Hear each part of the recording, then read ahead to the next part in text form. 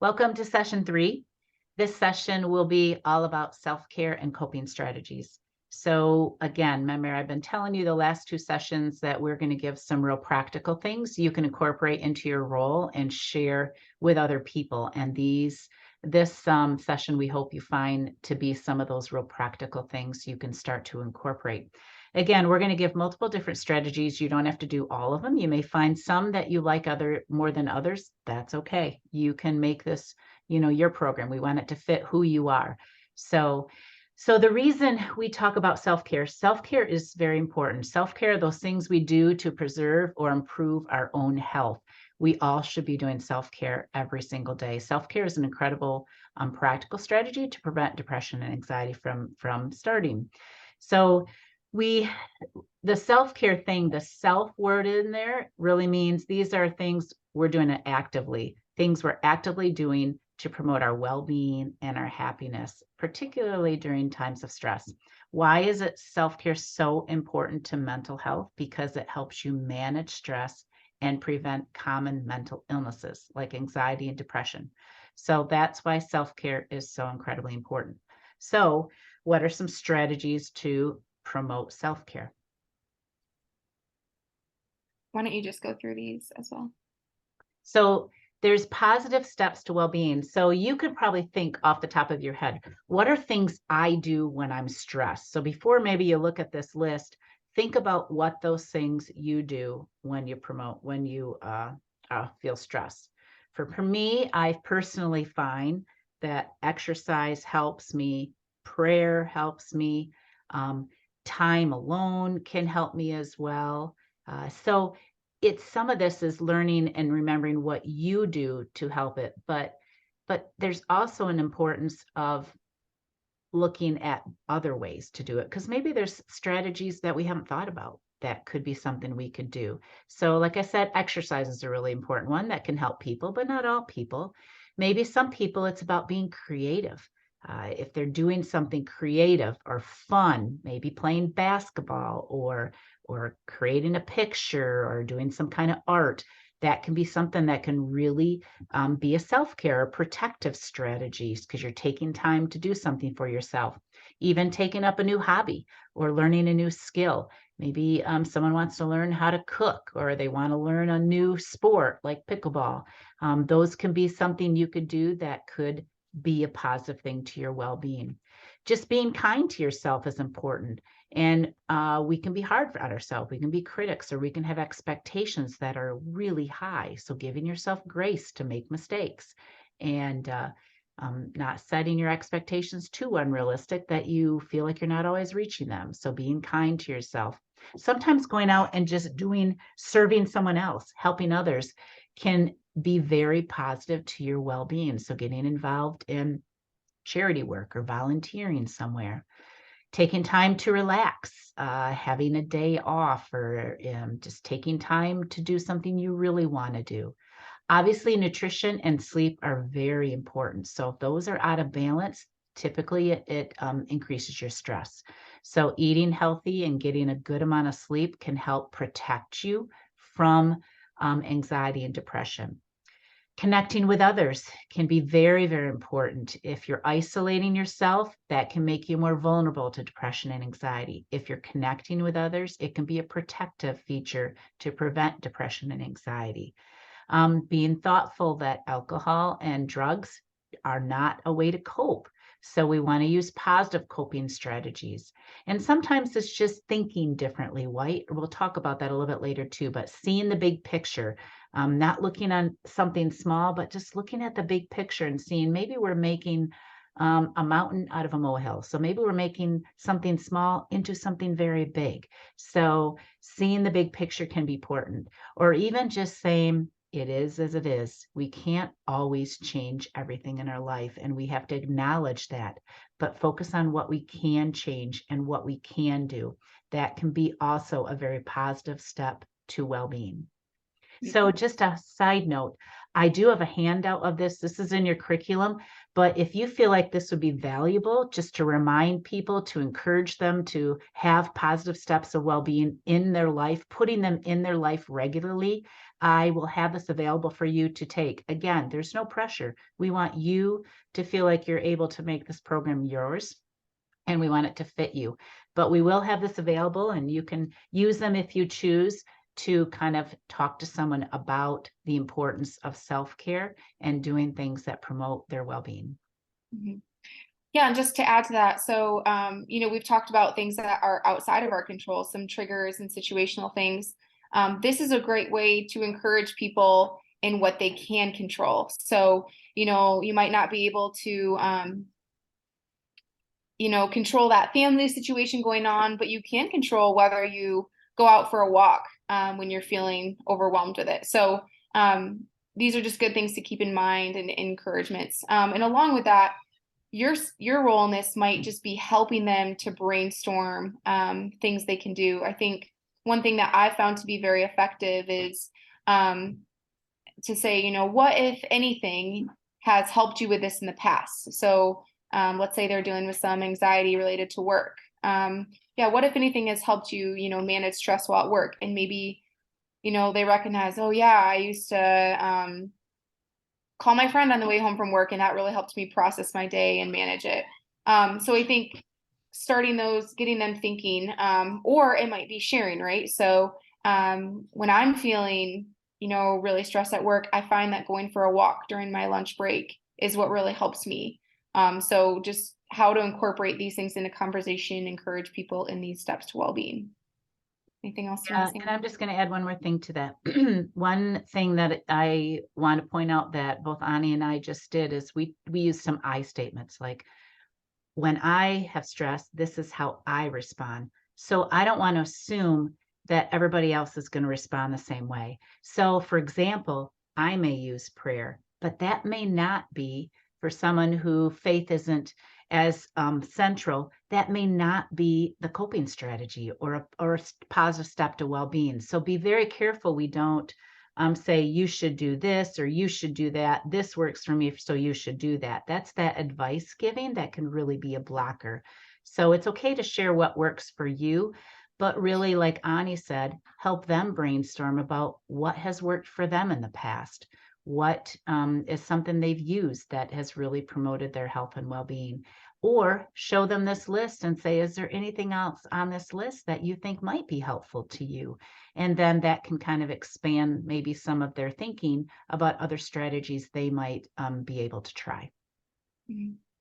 Kind of a balance between sharing your experiences and having that solidarity while also being careful not to impose. Yeah, but all right. So the next one we're going to look at is more specific. We're going to talk a little bit about deep breathing. We're actually going to watch a video on it. And this, I think, this one is particularly useful for anxiety. So especially those kind of acute moments, maybe a panic attack or just those panicky feelings. So if you're with someone who's in the midst of that, this is something you can do with them and kind of coach them through it. Or, if someone's just sharing about some depression or anxiety they're facing, you can just describe it to them and teach them how to use this as a strategy. I know I kind of like to do this in the car when I'm feeling overwhelmed or something like that.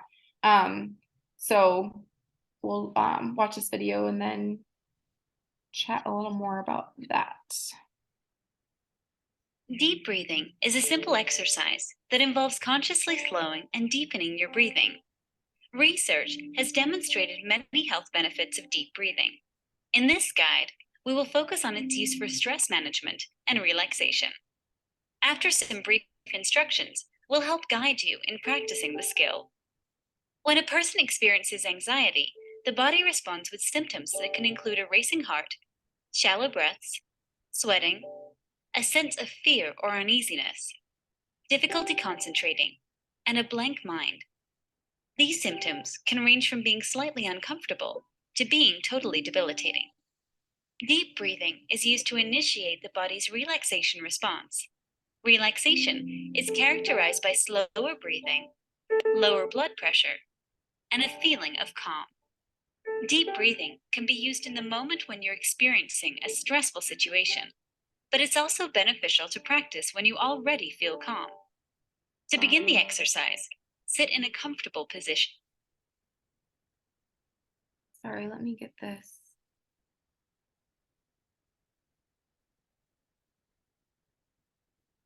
Annie, I think you might need to there you go. Perfect. Okay. Do you want me to go back? Nah, you can start here. You will slowly take in a deep breath, hold it, and then slowly release it.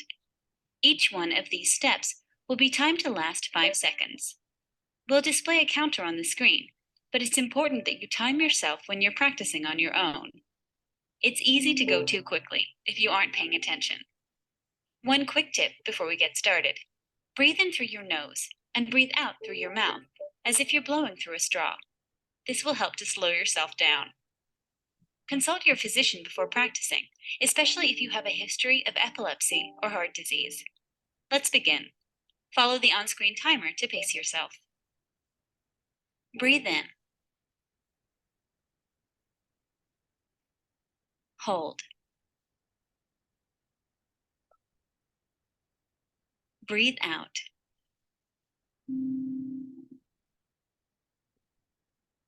Breathe in. Hold. Breathe out.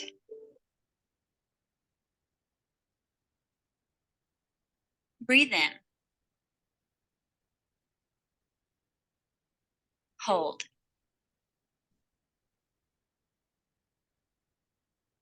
Breathe out.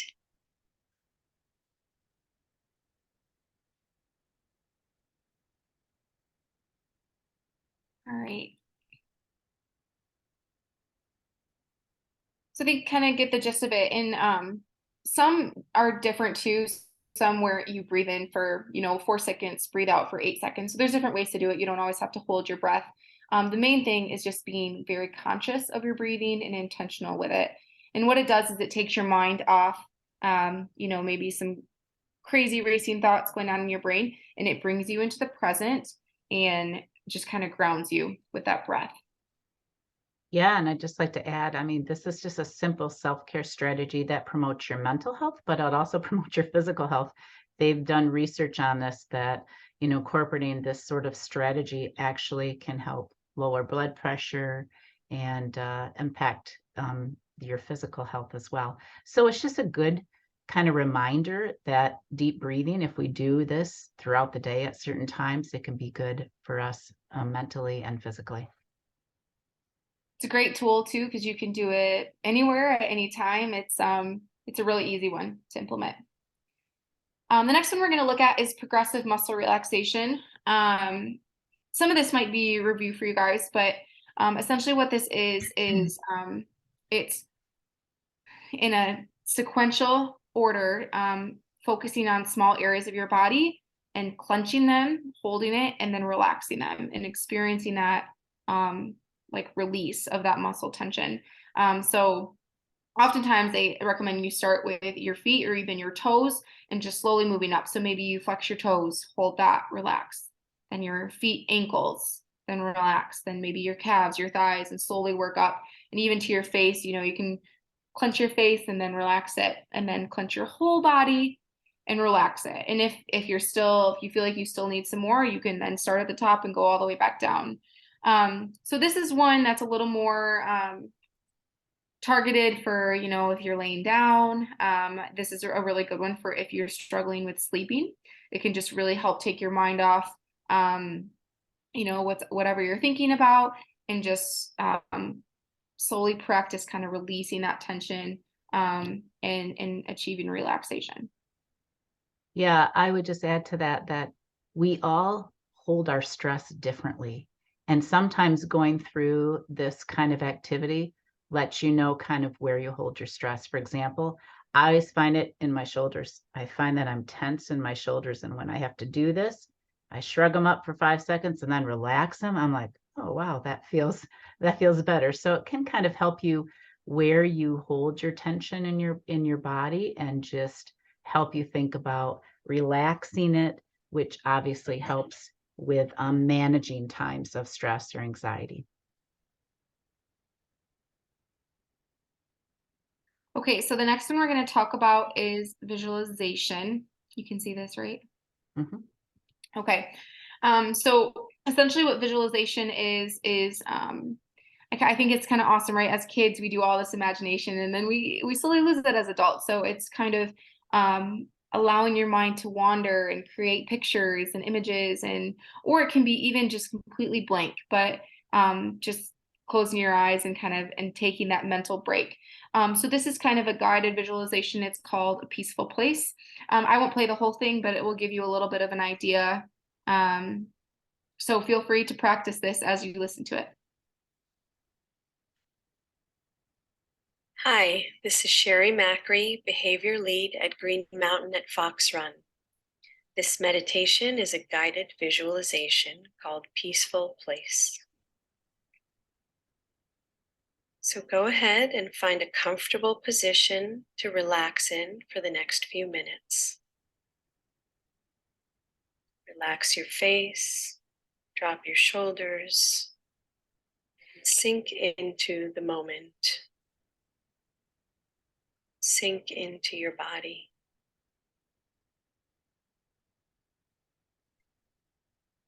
You may close your eyes if you'd like, or settle into a soft gaze.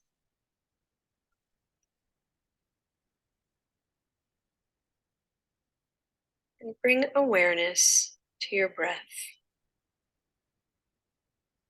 No need to change it. Simply notice breathing.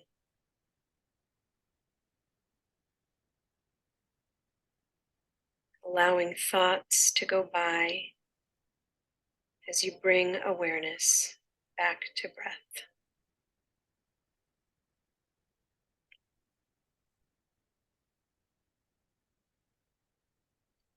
Begin to think about a place you've been or imagine being that feels very calm and peaceful.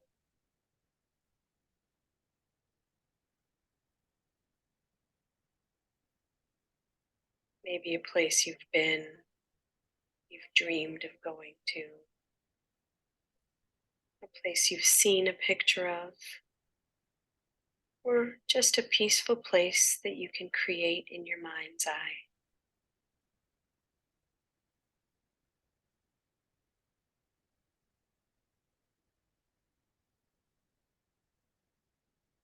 And as you bring that picture of your peaceful place into more clarity in your mind, let's bring attention to our senses while in your peaceful place. Beginning with the sense of sight. Look around you in your peaceful place. Notice the colors, the shapes. What else do you see in your peaceful place?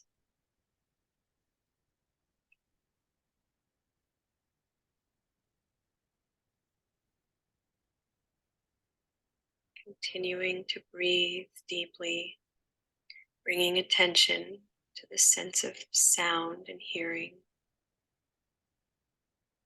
Notice the sounds that are around you in your peaceful place. Perhaps there's silence, perhaps far away sounds or closer sounds, some noticeable, some subtle.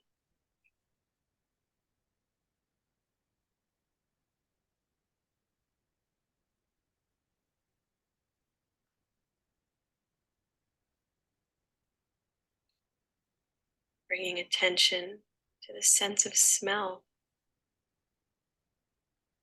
What does it smell like in your peaceful place? Is it fresh? Is it crisp? Is it salty? All right, that one's always a hard one to leave. You can't do that too long. We'll be sleeping too. Relaxing. So this is actually a really fun one to do in person too. It's fun to get to share where everyone's peaceful place is, because it looks different for everybody. Whether it's the beach or the forest or maybe just really dark, low stimulation room, whatever it is. one other thing I wanted to say with this too is visualization can be used so one of our ambassadors explained it this way. So she was taught to kind of create this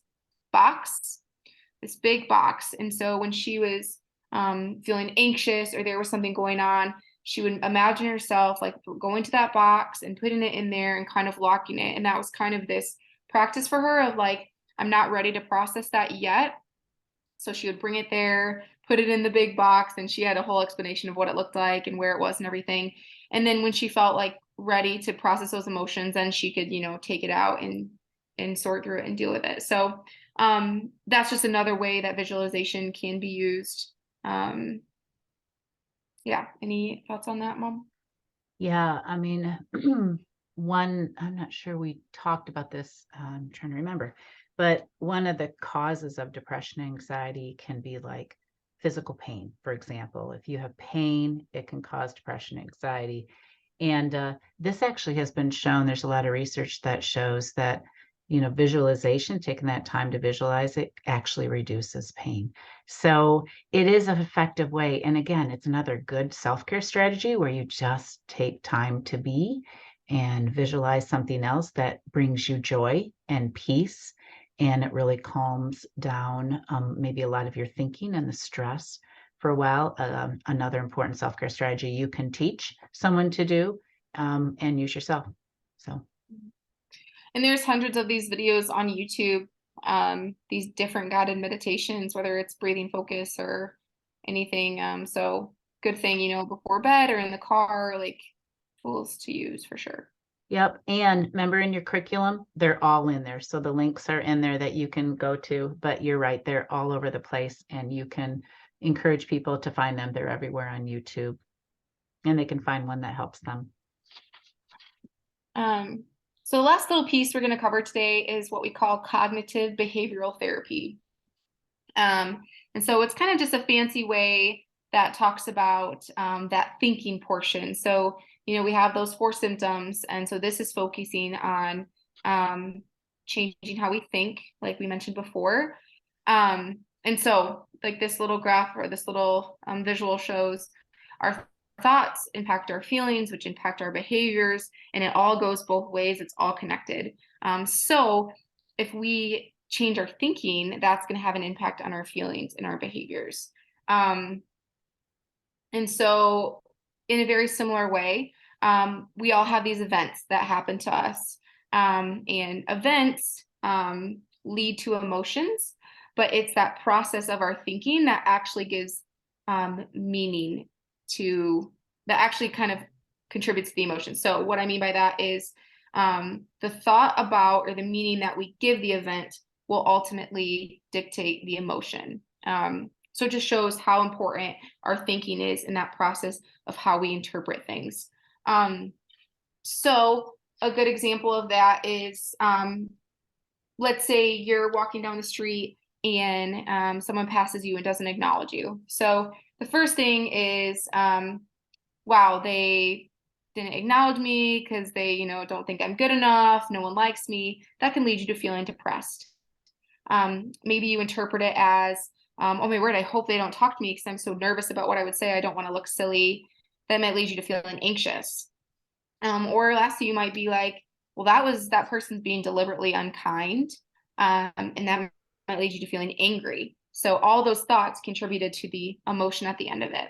So a healthier response perhaps is, just to think maybe they didn't see me. Maybe they're preoccupied with something going on in their life. And then that would lead to more positive or less negative emotions. So another good example of this, so when you wake up in the morning, if your first thoughts are, oh, it's going to be another awful day, there's no point, I'm just going to screw it up again, that's going to lead to feelings of feeling depressed, feeling tired. And then that's going to lead to a behavior of wanting to stay in bed, pull the covers over your head and not even deal with the day. So that's just kind of another example of how we get caught in these vicious cycles. And so that's where cognitive behavioral therapy comes in, is it's recognizing those visual cycles, recognizing those negative thinking habits, and learning how to stop, learning how to replace those thoughts, and to, recognize and try to kind of manage some of that thinking to then change how we feel.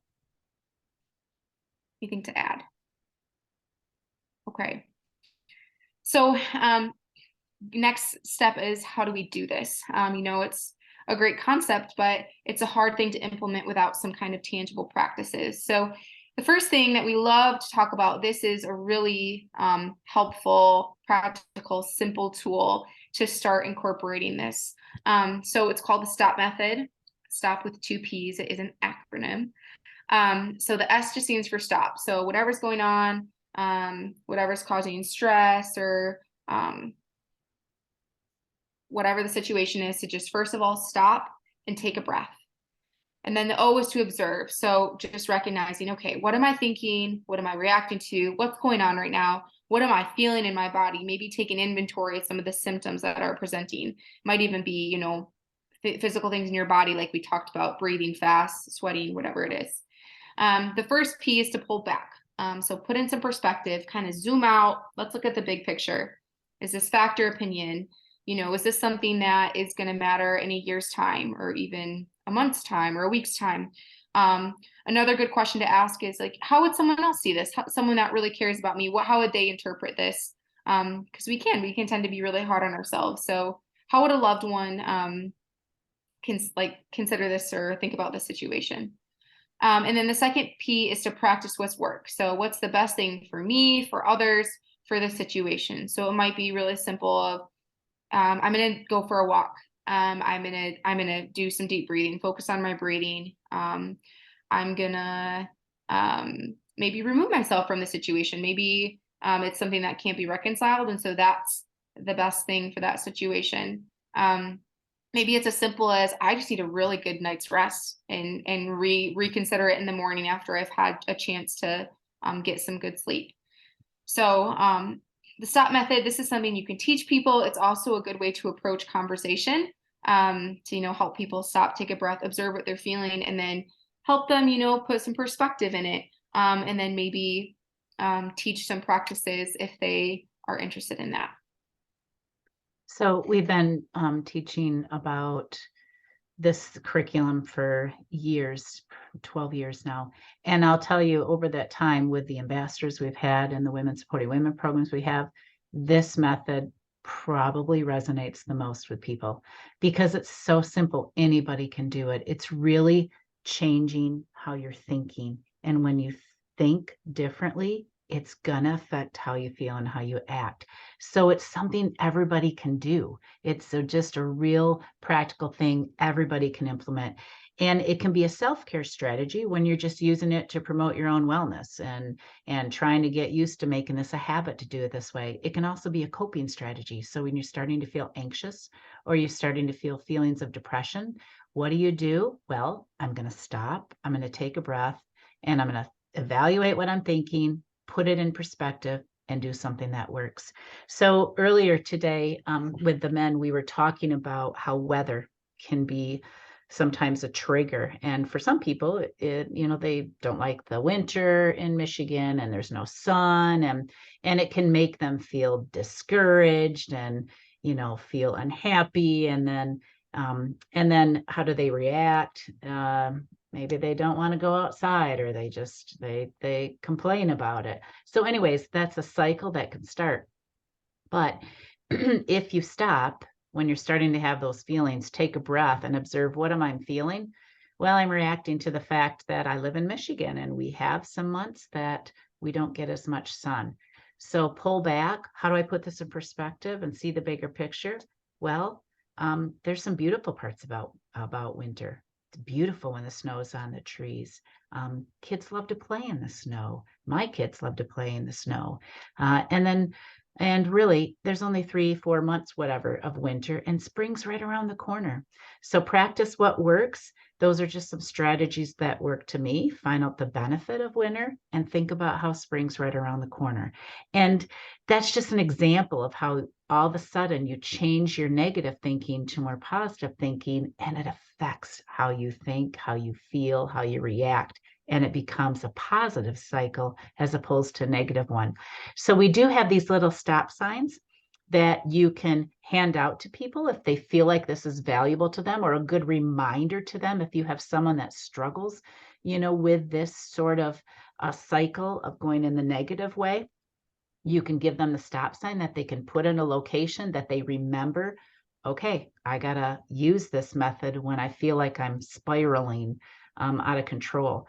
One of my ambassadors talks about how she uses this. She thinks about kind of mental health as a stoplight. In the green light, that's recognizing how you're feeling when you're feeling good. You're in that good space, and mental health is good. Yellow is when she starts to notice some things in her life where her mental health might be suffering. She's got stressors coming in, and she's starting to see some symptoms of discouragement, or she doesn't want to be as active with her friends.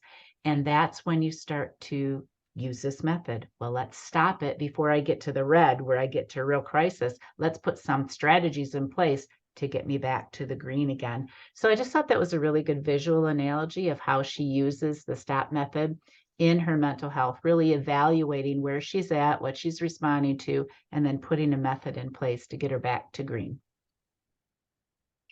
There's some interesting things there, right? Yellow means slow down. It's time to use the stop method. Time to stop.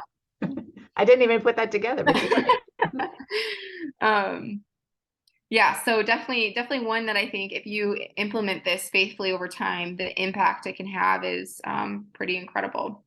The next one we're going to look at is positive affirmations. So this is another tool to create that positive thinking. This is more on the prevention side of it. So just giving yourself these daily positive encouragements, and how over time that really impacts how you feel about yourself. So some examples would be, I'm strong, I'm determined and successful, I got this, I'm confident and competent, I have a lot to be proud of, I am in control of my choices, my life has meaning and purpose, I'm moving towards my goals. So some of these are about, personal traits like being strong, being determined. Others are, focus of what you are in control. And so I'm in control of my choices. Or, things future oriented. I'm moving towards my goals, helping you to kind of keep looking ahead. So these are useful things that you can use to encourage people, and then also encourage them to say them to themselves. I think this is something that women have a little, or maybe more eager to participate in, but I think men can really benefit from it too. So go back one slide, Ani. So positive affirmations can be practicing what works. That can be one of the things that might work for someone. Maybe when they're feeling the cycle start, they've got to practice saying positive affirmations to themselves, like I'm resilient, I'm strong, I'm a good person. Just some of those things, practice what works. So that could be an example of that. Now you can go back to it. But Annika's right. These are really good things that you can encourage people to say to themselves. So it could be something they could use, like in that stop technique, or just on a daily basis, say things to yourself to promote self-care or to prevent depression and anxiety. But it also is something that you as an ambassador can say to someone else. So give them a positive affirmation. That can be incredibly encouraging. And we talked about how in this role, we do a lot of encouraging. And so we do give positive affirmations out to other people. The other thing that we have used in the past, and I'm really anxious to see if you find this valuable or not, and if you don't find it valuable, that's perfectly fine. Again, I want this to be your program and you to own it. But we have these positive affirmations cards that say things like, I'm strong, I'm determined, I'm resilient, I'm confident. And we can use them. Our ambassadors pass them out quite a bit to people. And we found that sometimes people take those affirmations and they put them in a location that they look at all the time. Someone told me they put them on their mirror in the morning, and when they got up, they would see their positive affirmation like, I'm strong, I'm resilient. And they started their day that way. Again, let us know. There may be some people that you're working with that this is more valuable to, and others it's not valuable at all. And you'll have to make that determination.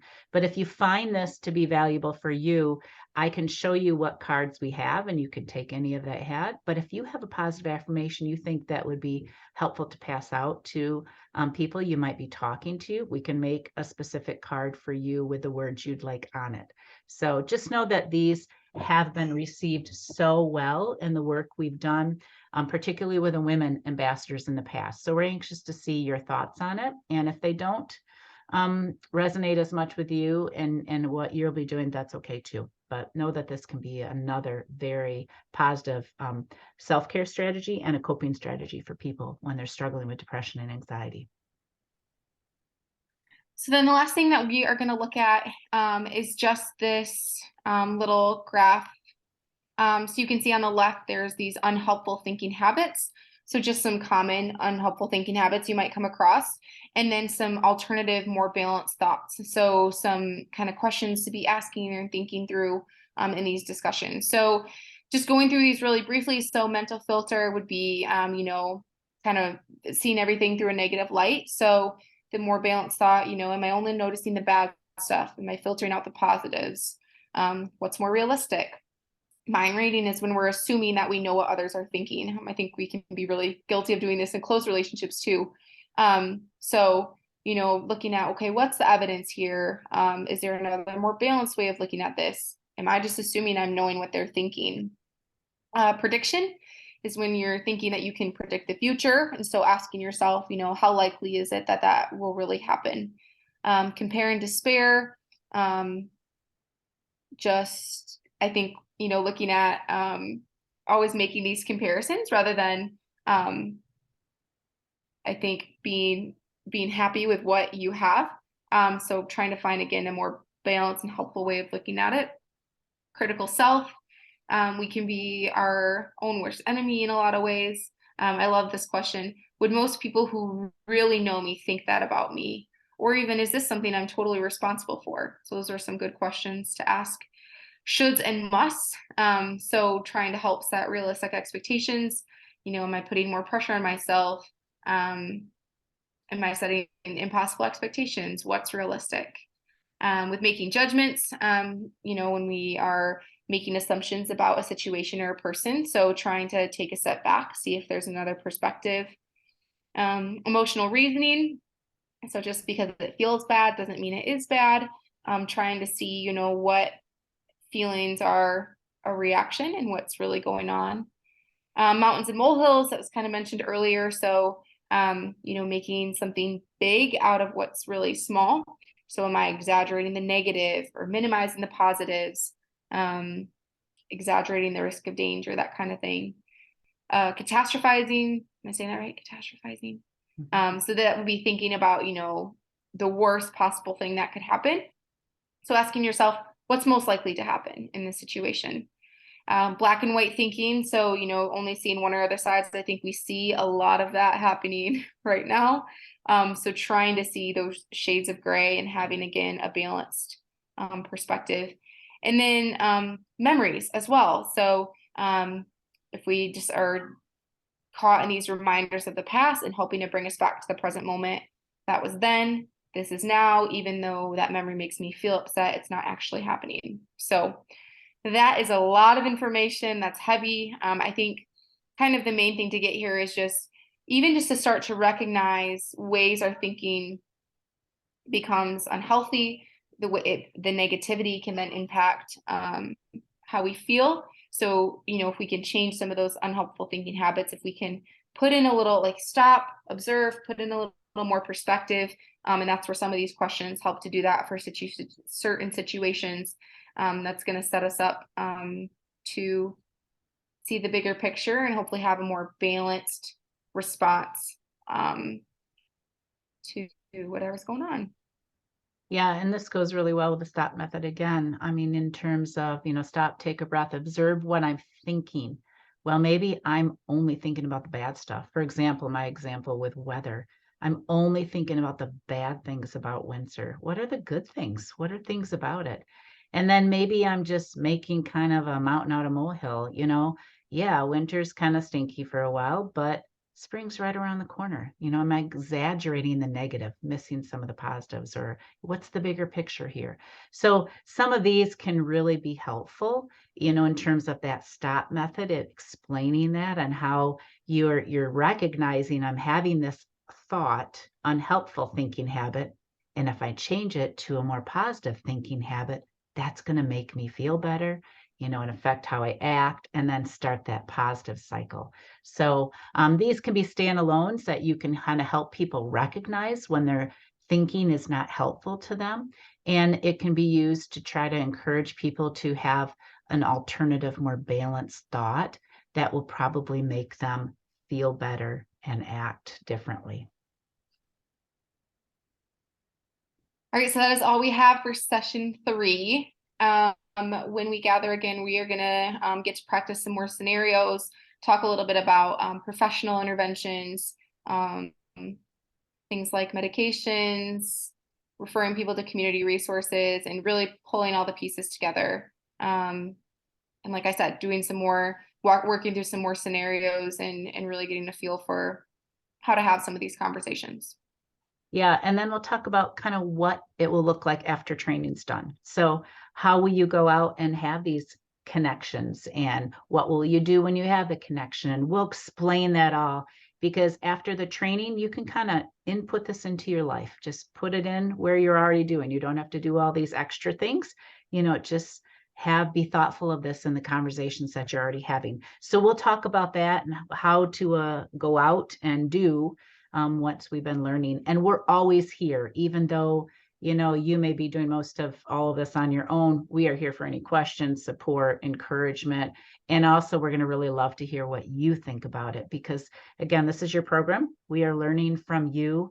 We want to move forward with something that's even better and stronger. So your feedback about what's working well, what we may need to change, it will be incredibly valuable to us. So thank you so much. And we look forward to hopefully seeing you in person next. So have a blessed day, and we will be in touch. Take care.